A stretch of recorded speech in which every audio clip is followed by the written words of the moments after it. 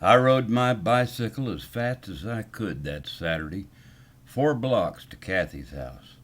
I was 14. She was 15. It was October. I met her at school. We spent the afternoon flirting and laughing and looking longingly at one another, and about 4, we slipped out the back door and into the yard to smoke a couple of her mother's cigarettes.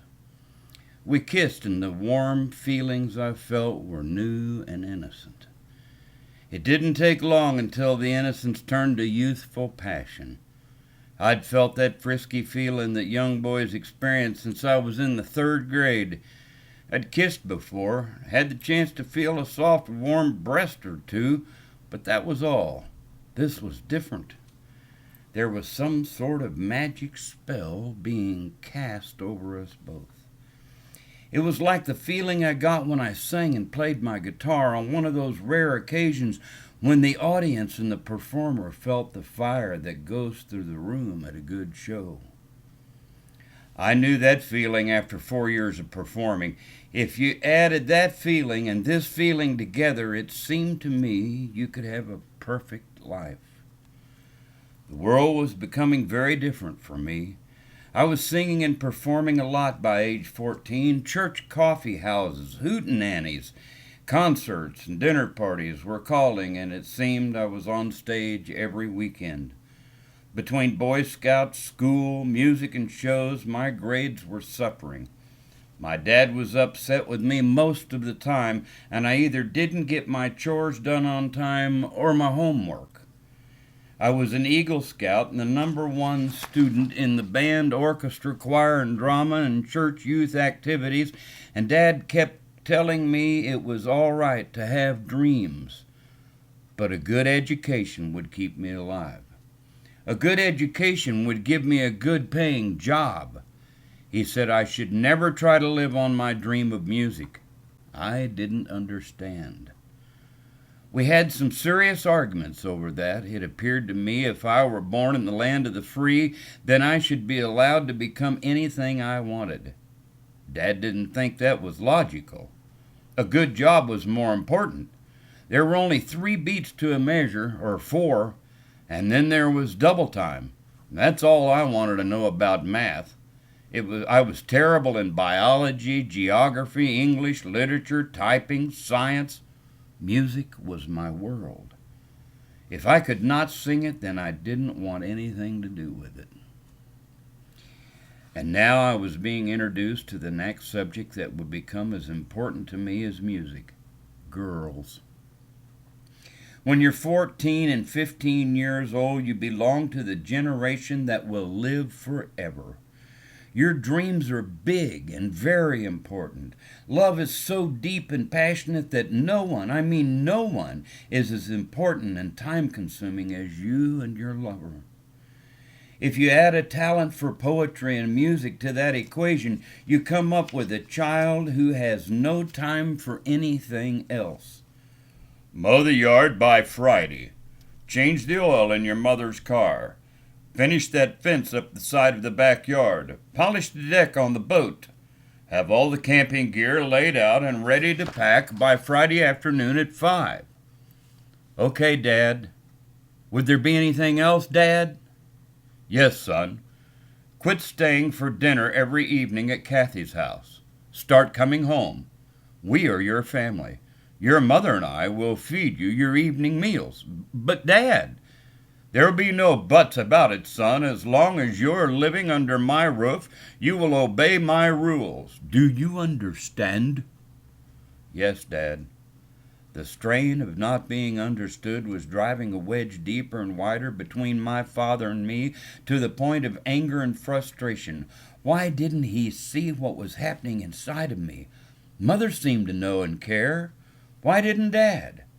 Cowboys and Indians and train sets had turned into corsages and nice-looking clothes and guitars and love.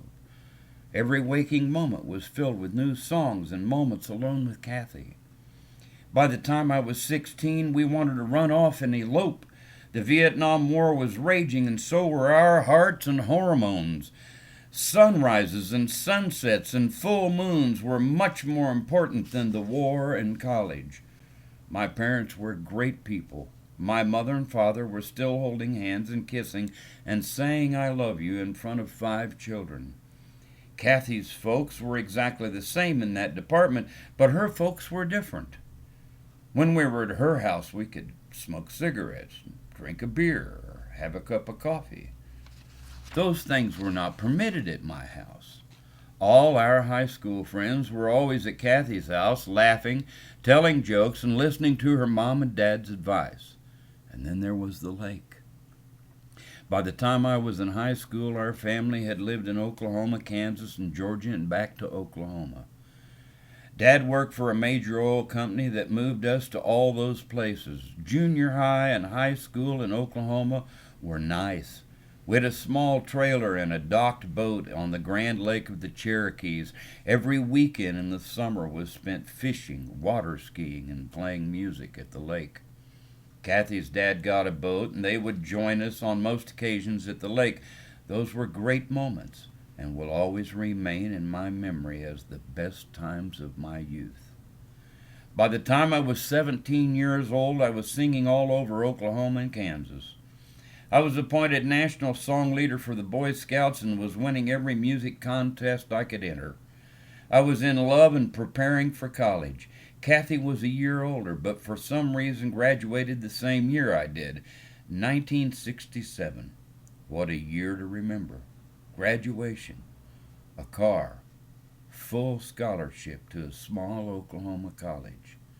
Kathy was going to the same school. My freshman year, I would live on campus in an all-men's dormitory. Kathy lived across campus at an all-women's dorm.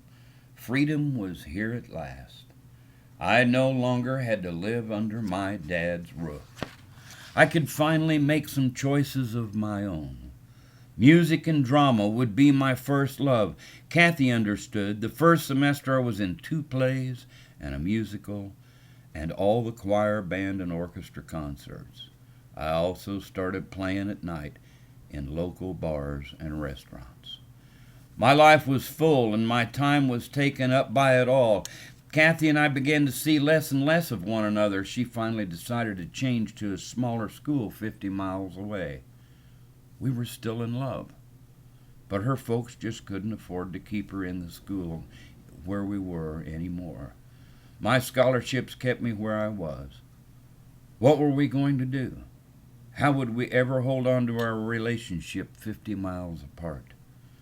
Why was this happening?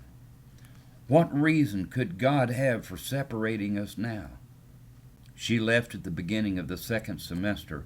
We were ripped apart, and both of us started having problems keeping our grades up. I kept singing. Within the next 6 months, we broke up. Her heart was broken, and mine was too. I pledged a fraternity and sang and drank my way through the heartache of Kathy and me. I became the entertainer of the area and was well liked by all of my classmates. By the beginning of my second year of college, I was dating other women. I was wild and crazy. Between school and singing and drinking and skirt chasing, I was on my way to a great life. My mother and father had no idea what happened to their youngest son.